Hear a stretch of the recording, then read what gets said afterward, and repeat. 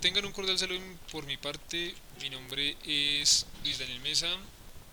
En esta ocasión les vengo a hablar algo sobre mecánica clásica. La continuación de el curso se va a analizar un poco acerca del cuerpo rígido o medios continuos o sistemas de muchas partículas.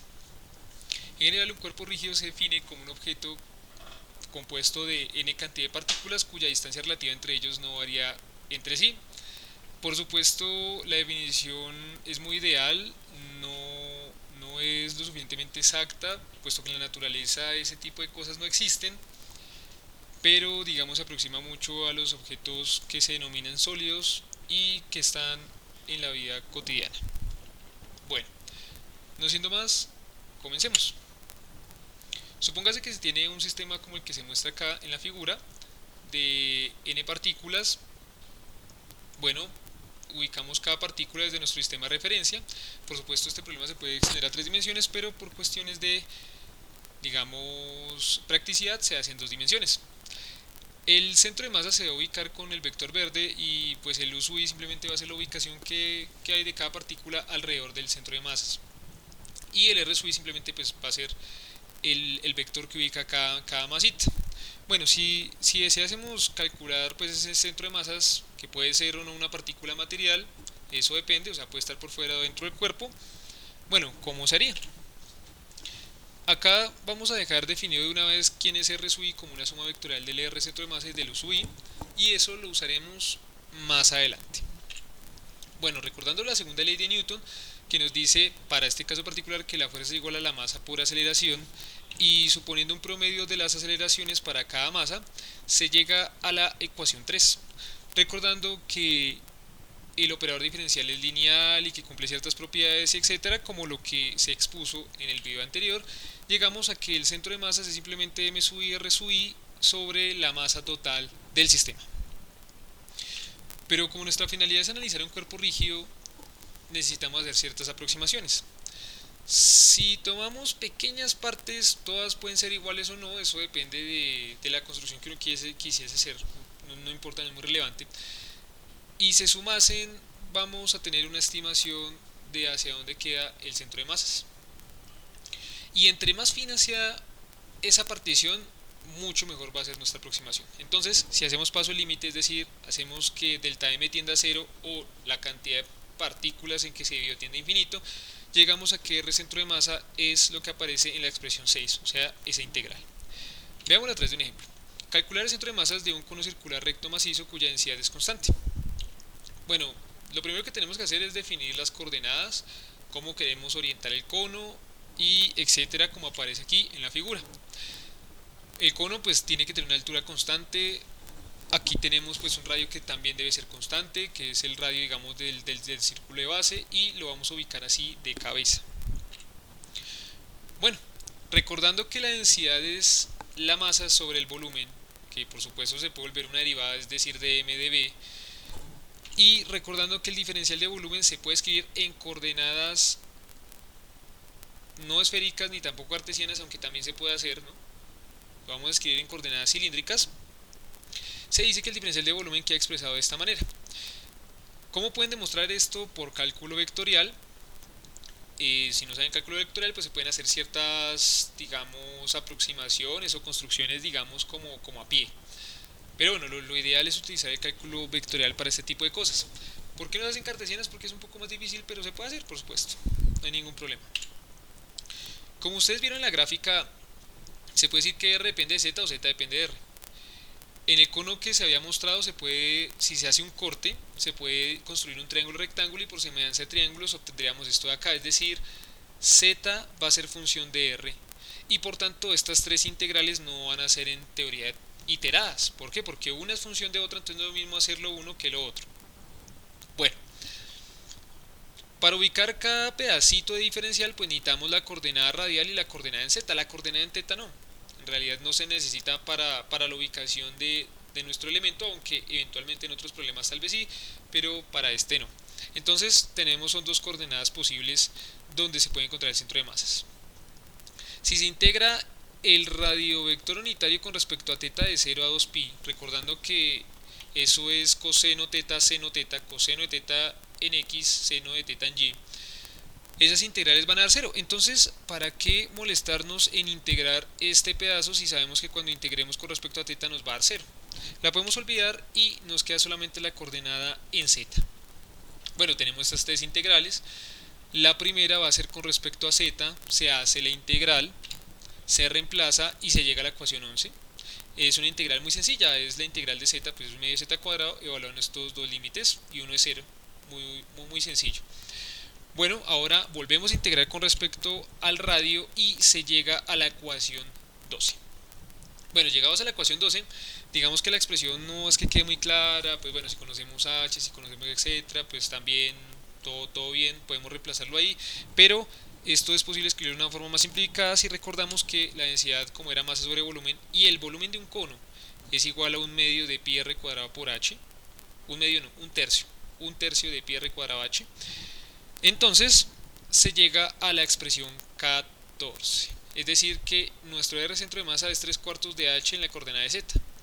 Claro está, otra respuesta puede ser un cuarto, pero eso es visto desde la base, desde donde se encuentra, digamos, el círculo, y nosotros lo estamos analizando en la punta, y por eso nos queda posicionado en 3/4 de h. Bueno, si recuerdan la ecuación 1 y la derivan con respecto al tiempo y luego le sacamos la norma, llegamos a la ecuación 15. Todo esto es con la finalidad de hacer analogía de lo que se desarrolló en el video del problema de los dos cuerpos. Bueno, acá tenemos la energía del centro de masas, normal.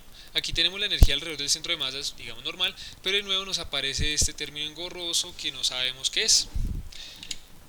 Bueno, si multiplicamos cada velocidad, o mejor dicho, si multiplicamos a mi u sub i, que es lo que pues es el radio vector, y hacemos otro tanto, o mejor dicho, lo despejamos de la ecuación 1, se llega a esto, y luego si se realiza la suma pues de esto, como r centro de masa pues no depende de las masas, pues va a quedar la masa total, y acá pues nos va a quedar que pues parte de la definición del r centro de masas, que va a ser igual a que a m por r centro de masas, y por tanto este producto nos va a dar 0. Es decir que si lo derivamos con respecto al tiempo pues también nos va a dar 0. Entonces este término acá pues nos va a dar simplemente 0.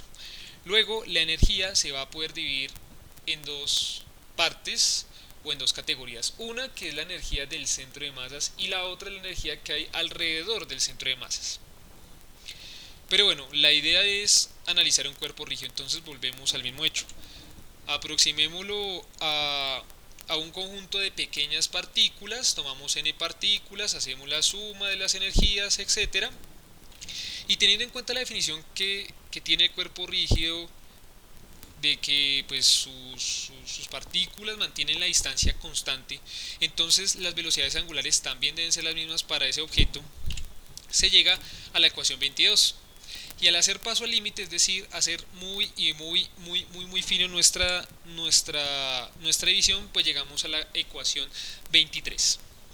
Bueno, en la ecuación 23 tenemos una expresión muy curiosa, pues ya sabemos que esta velocidad angular no es afectada, digamos, por las coordenadas, tiene que ser la misma. Es lo que se va a llamar, digamos, la inercia, ¿sí? La inercia de rotación. Vamos a ver cómo se puede aplicar eso pues en un problema real, o sea, cómo hallamos esa I. Bueno, dice, calcular el momento de inercia de una esfera maciza cuya densidad es uniforme, cuyo eje de rotación pasa por el centro de masas, ¿sí? Listo. Entonces, en este caso, de nuevo repito, ustedes pueden escoger las coordenadas. Yo escogí esféricas porque estoy trabajando con una esfera. Si quieren pueden hacerlo en cilíndricas o en cartesianas, eso no hay ningún problema. El problema van a ser las integrales porque no se está teniendo en cuenta la simetría del problema. Listo, entonces acá tenemos nuestra esfera, está rotando, acá tenemos un diferencial de volumen, bueno, aquí tenemos un radiovector que ubica, digamos, cada punto de la esfera, etcétera. Y entonces vamos a llegar a esta integral que tenemos acá. La distancia que hay entre, digamos, cada objeto y nuestro, digamos, eje de rotación, pues va a ser ¿cuál? Va a ser r seno de este ángulo de aquí. que lo pueden llamar phi, lo pueden llamar teta, bueno, como ustedes gusten. Y tras de hecho lo tenemos que elevar al cuadrado, ¿sí? Y luego lo tenemos que multiplicar por el diferencial de volumen, que pues ya tenemos aquí, o bueno, ya habíamos expresado antes que era r cuadrado seno de phi de r teta de phi. De phi, que es este angulito que tenemos acá, máximo puede ir desde donde, desde 0 hasta pi, que aparece acá. Teta sí puede dar toda la vuelta a la esfera, entonces va de 0 a 2 pi, y por supuesto el radio va a crecer de 0 a r, siendo r el radio de la esfera. Bueno, pues las dos primeras integrales, es decir, las que van con respecto a r y las que van con respecto a teta, muy sencillo, aquí aparecen, pero luego nos queda la integral de seno al cubo. Haciendo algunas operaciones algebraicas y recordando la identidad fundamental de la trigonometría, llegamos a la integral 28. Aquí, pues, si utilizamos regla de la cadena y etcétera para resolver la integral, aparece la ecuación 29. Ahora lo que nos resta es evaluarla. Bueno, acá, ¿qué se hizo? Pues simplemente se puede hacer una sustitución simple para este segundo caso, que es u igual a coseno. Su derivado va a ser menos seno, y bueno, se integra, y la integral de seno va a ser menos coseno. Bueno, si evaluamos esto, llegamos a que nuestro momento de inercia es igual a 2/5 de mr cuadrado, ¿sí? Bueno, claro está, aquí nos toca calcular, digamos, el volumen. Hay que recordar el volumen de la esfera, que el volumen de la esfera es 4/3 de pi por r al cubo, etcétera. Este paso lo pueden hacer, no hay ningún problema con eso. Y bueno, llegamos a esta solución. Veamos otro ejemplo, pero ya para la utilización del teorema que desarrollamos. Supongo que se tiene una barra apoyada en dos superficies perpendiculares sin fricción. Al inicio se tiene una cuerda que impide su movimiento y esta de repente se rompe. Calcule a qué distancia se separa la barra del muro. Veamos el esquema. De pronto, una persona que ya haya visto un curso de mecánica, alguna vez se le presentó este problema. Aquí no hay fricción, estos dos ángulos son teta, tenemos las normales. Si ustedes quieren pueden calcular torques, etcétera, pero bueno, nosotros no vamos a hacer eso, sino vamos a proceder con el teorema ya desarrollado. Lo primero que tenemos que hacer es calcular el centro de masas, el momento de inercia alrededor del centro de masas. Es el de una barra. Bueno, hacemos las integrales como aparecen aquí representadas en la ecuación 31 y 32, y luego reemplazamos. Bueno, esta energía, que es 1/8 de ta, se debe a lo siguiente. El centro de masa se encuentra en la mitad de la barra.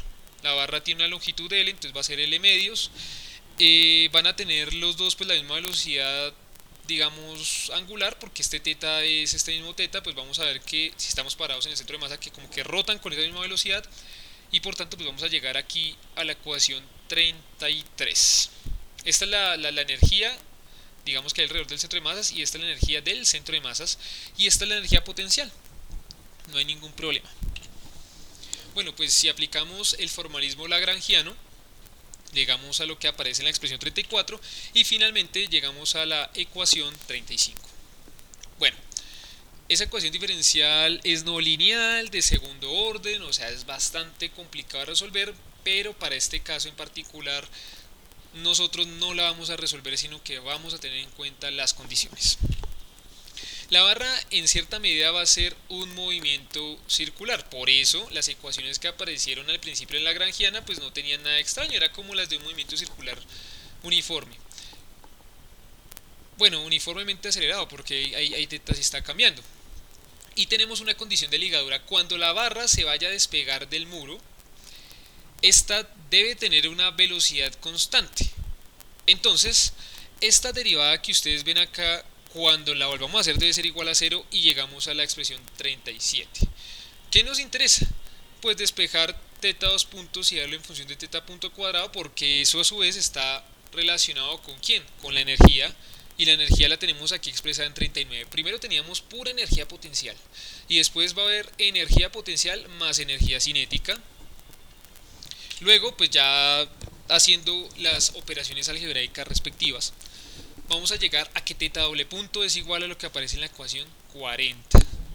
Y si reemplazamos en lo que ya conocíamos anteriormente, llegamos a esta expresión de acá. Bueno, al multiplicar y al hacer lo que tengamos que hacer, pues llegamos a que el seno de teta es 2/3 de seno de teta sub 0. Es decir, que después de que lleve recorrido, por decirlo de alguna manera, 1/3 de la altura total, la barra se desprende. Pero supongamos que nos dan la base, es decir, conocemos la distancia que separa el pie de la barra y esta vale b. Entonces, pues por el teorema de Pitágoras obtenemos esto que aparece aquí en la ecuación 43. Y luego, si utilizamos el teorema fundamental de la trigonometría, llegamos a la expresión aquí en 44. Bueno, no siendo más, me despido. Espero que este video haya sido bastante ilustrativo y que le sirva para su estudio de la mecánica clásica. Nos veremos en otra ocasión. Muchas gracias por su atención. Hasta la próxima.